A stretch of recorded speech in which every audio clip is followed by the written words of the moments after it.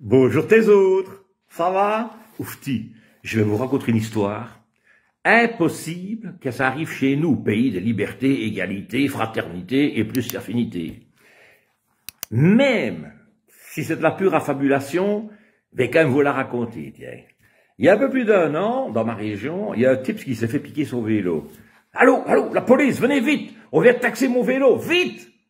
Calmez-vous, monsieur. De toute façon, on est occupé. Mais monsieur, c'est mon outil de travail. C'est un vélo électrique. J'en ai besoin pour aller bosser. Ben oui, monsieur. Ben oui, mais savez-vous combien on vole de vélos par jour dans notre beau pays? Ben oui, monsieur, mais là, ça vient de se faire juste devant mes yeux, à l'instant. Bien, d'accord. Vous connaissez le nom et l'adresse du voleur? Et vous êtes con, quoi? Hein? Attention, monsieur. Attention. Si vous ne vous calmez pas, on va venir vous arrêter pour outrage à magistrat. Mais enfin, monsieur, faites quelque chose. Allô? Quelques jours passent.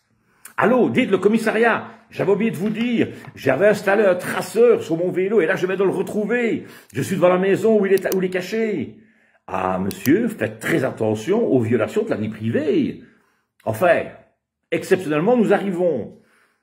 Voilà, il est dans la maison, là, monsieur. Il est dans la maison, selon le signal de mon traceur, juste derrière ce mur. Ah oui, monsieur, mais la porte est fermée. Ben oui, mais il est là, regardez, je vous le dis, regardez, on regarde par la serrure, on voit le guidon, là. Désolé, monsieur, le propriétaire de la maison n'est pas là, on ne peut rien faire. Et pour moi, qui suis le propriétaire d'un vélo qui se trouve à 3 mètres, on peut faire quoi? Ah ben, on va retourner au commissariat, on contacte le juge, on demande un mandat, et puis on avise, monsieur. Faites la première partie. Vendredi passé, 22 heures. Les loups-garous ne sont pas encore sortis.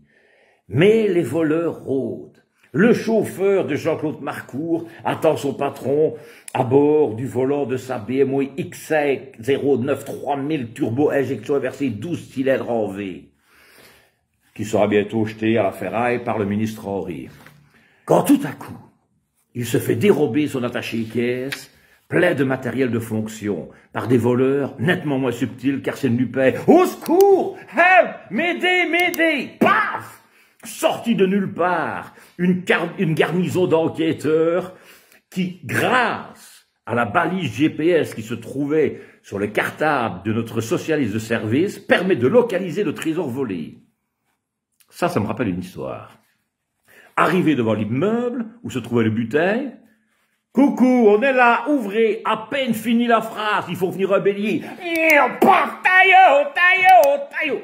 Les voleurs de kermesse ont été tellement surpris, il y en a un qui a sauté par la fenêtre, hein, un blessé, les deux autres ont été rattrapés, disant séjour illégal, alors ils ont été attachés dans la première soute à bagages, direction loin, très loin. Top! Fin de l'aventure, 1 minute 44.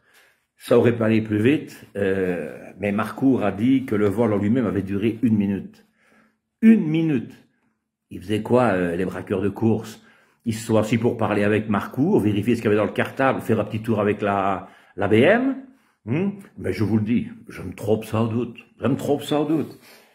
Comme dirait Coluche, liberté, égalité, choucroute.